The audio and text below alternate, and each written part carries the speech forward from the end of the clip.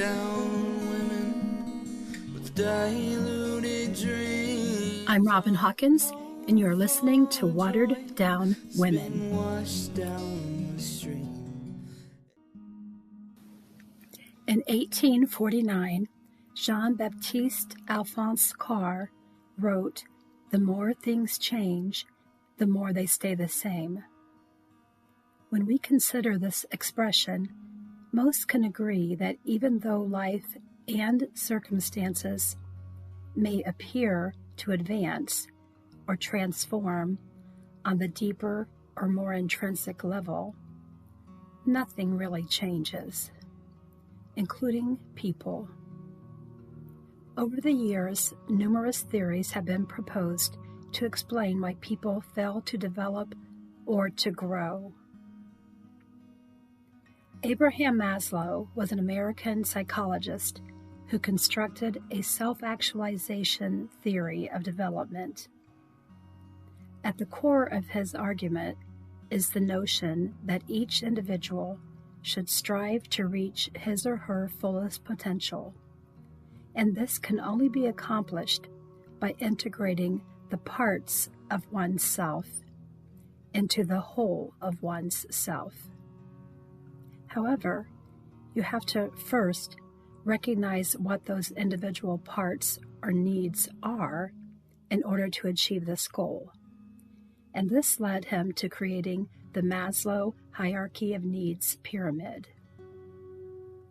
At the base of the pyramid is where he placed basic needs, such as food, shelter, and warmth. And just above that is safety and security. These categories deal with the person's physical or external needs. And as the pyramid ascends, the requirements become more intrinsic or more essential, such as belongingness, love, accomplishment, and prestige. And these must each be cultivated in order to reach the point of self-actualization.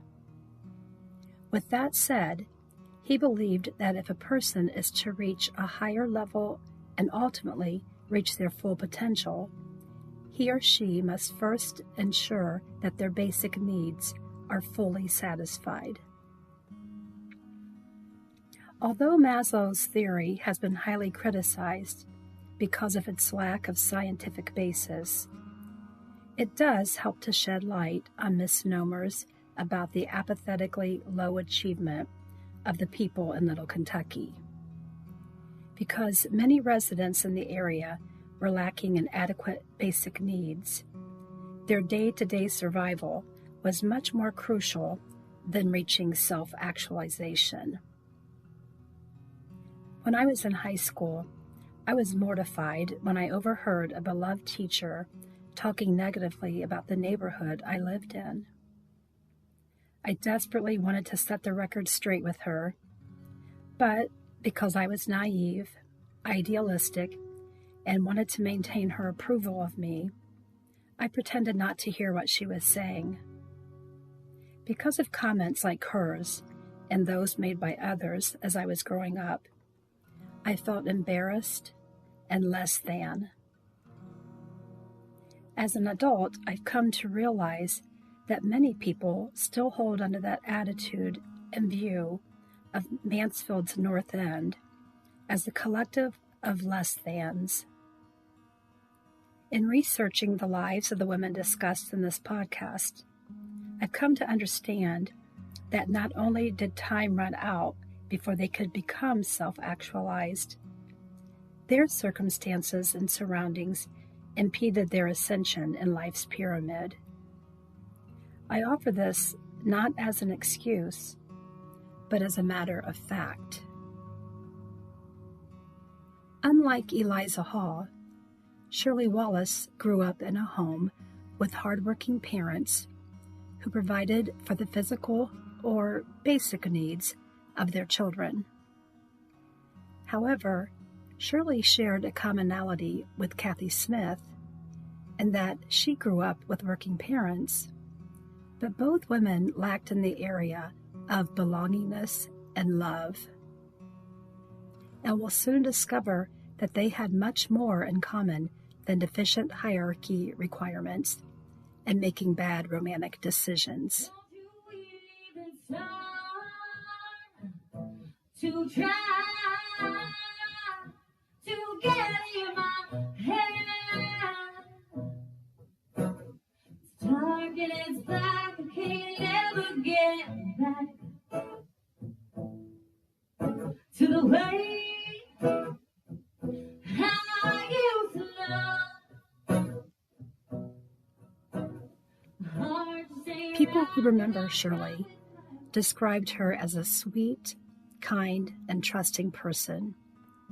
She was said to have a nurturing quality about her, and that was manifested by the way she watched after her younger siblings and helped manage the day-to-day running of her family's household. A childhood friend of hers said that Shirley didn't have much of a social life because of her duties at home, but that her dad would allow her to visit with neighbor girls or have friends come over while her mom was at work, just to give her a chance to have fun and be a kid. Shirley loved and respected her mom, but like most teenage girls, there comes a time when they want to loosen the mother-daughter apron string and gain their own independence. According to writer Elizabeth Bernstein, a mother often sees her daughter as an extension of herself, and knowingly or unknowingly puts her own hopes onto her daughter. When this happens, the daughter feels that she has to fulfill her mother's needs and expectations, or else she'll be a disappointment to her. A childhood friend shared that Shirley's mother, Reba, was quite controlling and rather dismissive of her daughter's needs. And this might have caused Shirley to feel a sense of rejection from her mom. But, in Reba's defense, any mother who has raised a daughter can relate to rough patches that occur during the teenage years, and much research has been completed to better understand this struggle. According to author Peg Streep, who's best known for her work in mother-daughter relationships, daughters raised by dismissive mothers doubt the validity of their own emotional needs. They feel unworthy of attention and experience deep, gut-wrenching self-doubt, all the while feeling intense longing for love and validation. Perhaps it was this longing and need for acceptance that drew Shirley toward the attention and later the affection of a neighborhood boy. And unbeknownst to her mom, they began an intimate relationship. It was during the summer of Shirley's 17th year that she became pregnant with her first daughter. When Reba discovered that her teenage daughter was expecting a child, she was quite disappointed in Shirley and absolutely furious with the baby's father, who ended up moving out of the area and leaving Shirley with no one but her parents to turn to for help. Although times were quite difficult at first, the pregnancy seemed like a turning point in their parent-child relationship, and the two seemed to bond over the prospect of a new addition to the family, as Reba drove her to doctor's appointments and saw to it that Shirley had all she needed to welcome her own daughter into this world. A few months after the little girl's birth, Shirley broke the news to her parents that she was pregnant again, and that the child didn't have the same father as her newborn daughter. Although she was extremely annoyed by the situation and might have feared that Shirley's future would be difficult and companionless, Reba supported her daughter with the same love and backing as she did with her first child. As time passed, Shirley worked several jobs trying to make ends meet for her and her young children. Life was very difficult, so she relied on her mom and dad for financial and emotional support. Reba disliked seeing Shirley lonely and alone, and at the time, Reba was working for a local company and acquainted with a male co-worker who was separated from his wife. We'll never know if she knew about his legal troubles and the fact that many held him in ill repute, but her failure to gather more information would have dire consequences.